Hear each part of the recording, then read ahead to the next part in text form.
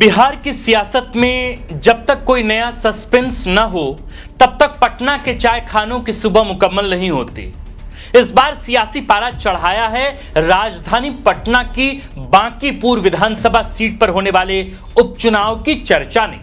Bharatiya Janata party के कद्दावर नेता और हाल ही में बीजेपी के नए राष्ट्रीय अध्यक्ष बने नितिन नवीन के राज्यसभा जाने के बाद इस सीट पर उपचुनाव का बिगुल बजने वाला है।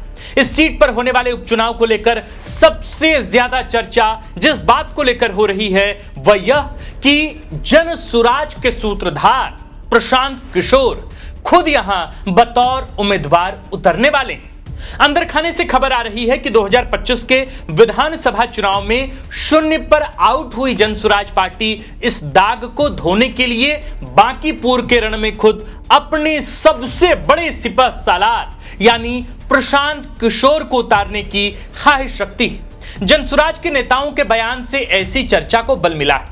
प्रशांत किशोर की पार्टी यहां सर्वे भी करा रही है, उनकी पीआर टीम एक्टिव बताई जा रही है और यह चर्चा भी है कि पीके खुद बांकीपुर का दौरा कर चुके हैं।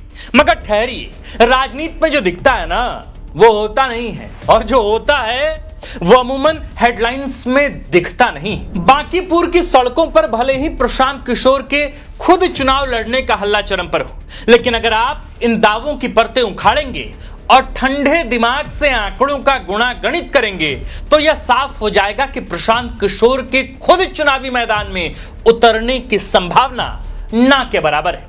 क्योंकि राजनीति में सिर्फ इच्छा काफी नहीं होती, उसके पीछे गणित होता है, ग्राउंड असेसमेंट होता है, रिस्क एनालिसिस होता है और सबसे ज्यादा टाइमिंग होती है। और अगर प्रशांत किशोर की पूरी राजनीतिक शैली को देखें तो एक बात साफ दिखाई देती है कि वे सिर्फ भावनाओं से नहीं कैलकुलेशन से राजनीति करते हैं। एक मंझा हुआ इलेक्शन स्ट्रेटेजिस्ट जो दूसरों को चुनावी वैतरणी पार कराने का कसीदा पढ़ता रहा हो, वो भला किसी ऐसे अखाड़े में अपनी निजी साख दांव पर क्यों लगाएगा जहां जीत की संभावना पर संशय हो। हमारा कैलकुलेशन कहता है कि बांकीपुर में जनसुराज की ये हाइपर एक्टिविटी दरअसल चुनाव जीतने के लिए नहीं बल्कि 2025 के करारी शिकस्त के बाद अपने निराश हो चुके कार्यकर्ताओं में जोश का इंजेक्शन ठोकने और खुद को मुख्यधारा की मीडिया में रीस्टेब्लिश करने की एक सोची समझी रणनीतिक पीआर टैक्टिक मात्र है। नमस्कार, प्रणाम, जोहार। हमारा नाम आकाश आनंद है और वह देखल शुरू कर चुकल बानी बिहार के राजनीतिक घटनाक्रम पर सबसे सटीक, सबसे विस्तृत विश्लेषणात्मक कार्यक्रम जिसका नाम है सियासी कहानियां। तो आइए इस पूरी इनसाइड स्टोरी को इनपुट्स और फैक्ट के आधार पर आज नई सिरे से जरा डिकोड करते हैं।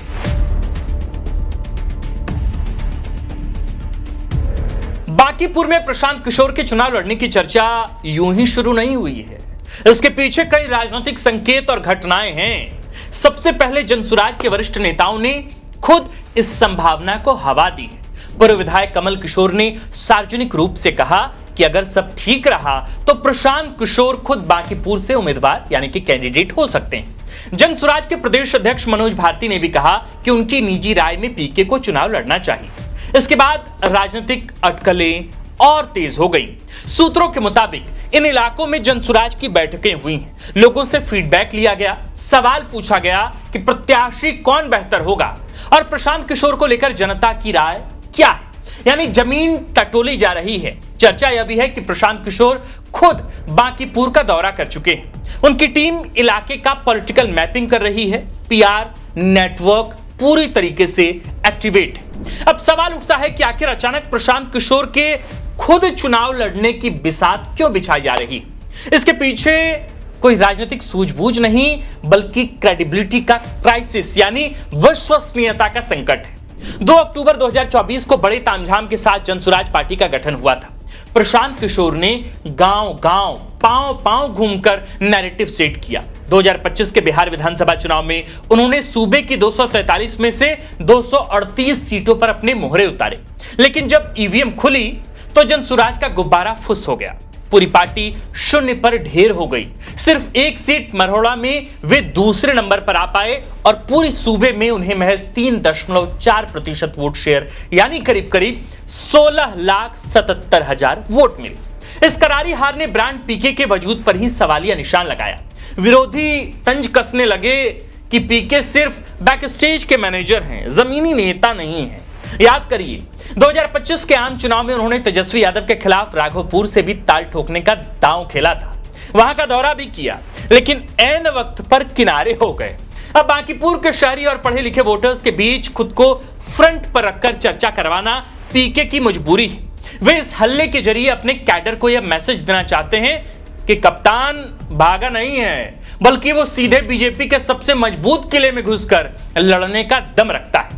बांकीपुर पूरी तरह से पटना नगर निगम का एक कोर शहरी इलाका है, जहां उच्च मध्यम वर्ग, चार्टर्ड अकाउंटेंट्स, डॉक्टर्स, लॉयर्स और बड़े वैश्य व सवर्ण कारोबारी रहते हैं। पीके को लगता है कि उनकी राइट टू एजुकेशन और वैकल्पिक राजनीति की बातें इस क्लास को पसंद आएंगी। यानी पॉलिटिकल नैरेटिव यह गढ़ा जा रहा है कि अब पीके बैक स्टेज नहीं, फ्रंट फुट पर आएंगे। लेकिन राजनीति में चर्चा और वास्तविक संभावना दो अलग अलग चीजें होती हैं, और यहीं से कहानी का दूसरा हिस्सा शुरू होता है।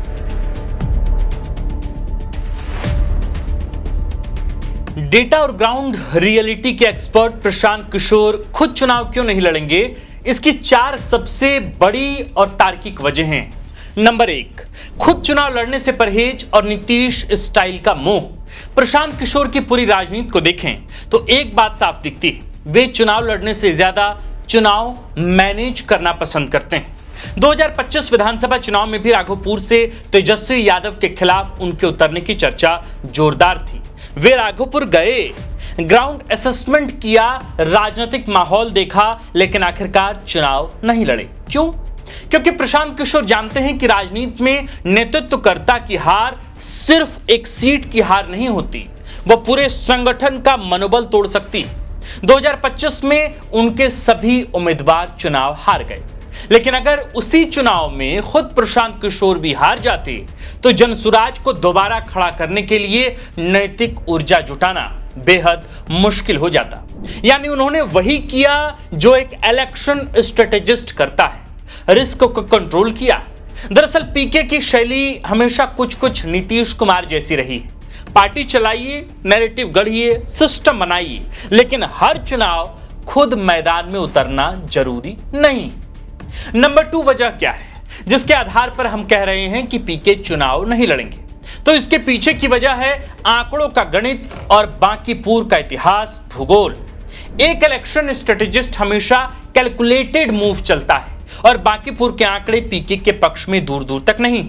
यह सीट 1995 से यानी पिछले 31 सालों से भाजपा का वो अभेद किला है जिसे आज तक राजद या कांग्रेस का कोई सूरमा हिला भी नहीं पाया। यहां तक कि कायस्थ बहुल इस सीट पर बिहारी बाबू यानी शत्रुघ्न सिन्हा अपने बेटे लव सिन्हा को उतारने के बाद शिकस्त खा चुके हैं। जातीय समीकरण पूरी तरह बीजेपी के अनुकूल है, जहां करीब 70,000 कायस्थ मतदाता सबसे निर्णायक हैं, और उनके साथ भूमिहार, ब्राह्मण, राजपूत और वैश्य वोटर्स की एक तरफा लामबंदी है। 2025 के विधानसभा चुनाव में पीके की पार्टी जनसुराज की उम्मीदवार वंदना कुमारी को यहां मात्र 4.97% यानी कुल 7,717 वोट मिले थे। अब 5% के इस हिस्से को रातों रात 45 या 50% के विनिंग मार्क तक ले जाना किसी चमत्कार से तो कम नहीं होगा, और पीके को अच्छी तरह पता है कि राजनीति में हर दिन चमत्कार नहीं होते।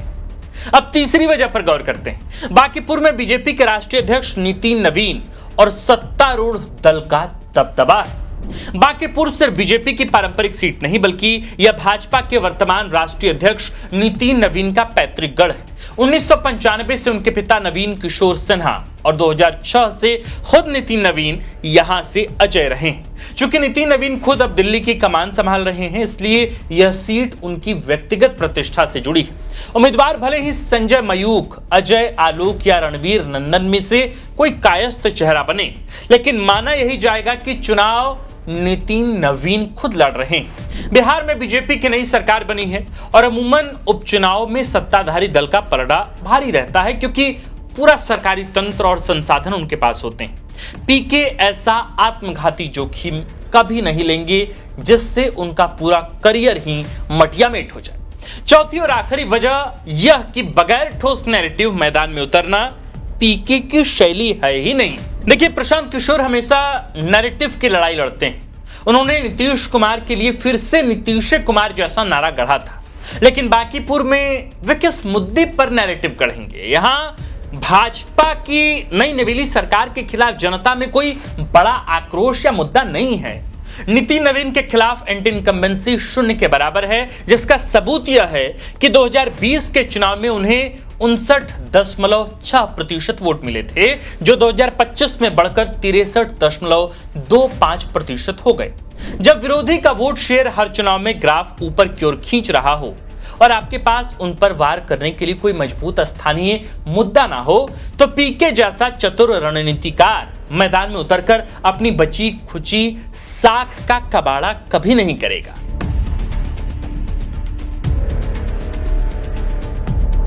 जब यह साफ है कि प्रशांत किशोर खुद चुनाव नहीं लड़ेंगे, तो फिर बाकरगंज की बैठकें, मनोज भारती के बयान और इनकम टैक्स चौराहे के इर्द गिर्द जनसुराज की इस परेड का आखिर असली मतलब क्या है? राजनीति के जानकार इसे टैक्टिकल प्रेशर टैक्टिक्स और ब्रांड रिपोजिशनिंग का नाम दे रहे हैं। 2025 के करारी हार के बाद जनसुराज के फंडर्स, कार्यकर्ताओं और समर्थकों में भारी हताशा है।